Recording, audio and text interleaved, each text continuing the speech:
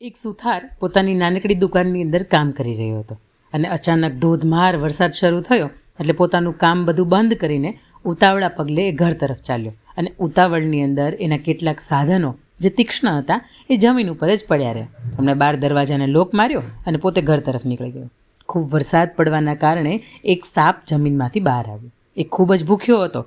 ખોરાકની શોધમાં એ આમ તેમ ભટકી રહ્યો હતો અને આ સાપ રાત્રિના સમયે પેલા સુથારની દુકાનની અંદર દાખલ થયો. એણે કંઈક ખોરાક મળશે આ આશાની અંદર એ આંટો મારવા લાગ્યો. જમીન પર એક કુહાડો પડેલો હતો. સાપ એ કુહાડા પરથી પસાર થયો અને કુહાડાની તીક્ષ્ણ ધાર એના શરીરને વાગી અને શરીર ઉપર એક કાપો પડ્યો. સાપને થોડીવાર પીડા થઈ અને શરીરમાંથી લોહી પણ નીકળવા લાગ્યો.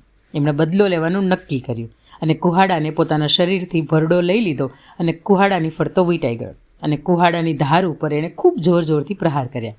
આમ કરવાથી ખૂબ પ્રમાણની અંદર લોહી નીકળ્યું અને કુહાડો લોહીથી લાલ થયો. સાપને એવું લાગ્યું કે મારા પ્રહારોના કારણે કુહાડાને પણ લોહી નીકળી રહ્યું છે. સવારે આવીને સુથારે જોયું તો ખબર પડી કે મરેલો સાપ કુહાડાને વીંટળાઈને પડ્યો હતો. આપણી પણ દશા આ સાપ જેવી છે. બીજાને નુકસાન પહોંચાડવાના પ્રયાસમાં આપણે આપણી જાતને કેટલું નુકસાન પહોંચાડી રહ્યા છે. ક્યારે એનો વિચાર કર્યો છે ખરા? બીજાના હિતની અંદર આપણું પણ હિત, બીજાના ભલાની અંદર આપણું પણ ભલા વિચારીએ. અંકિતાની વાતો.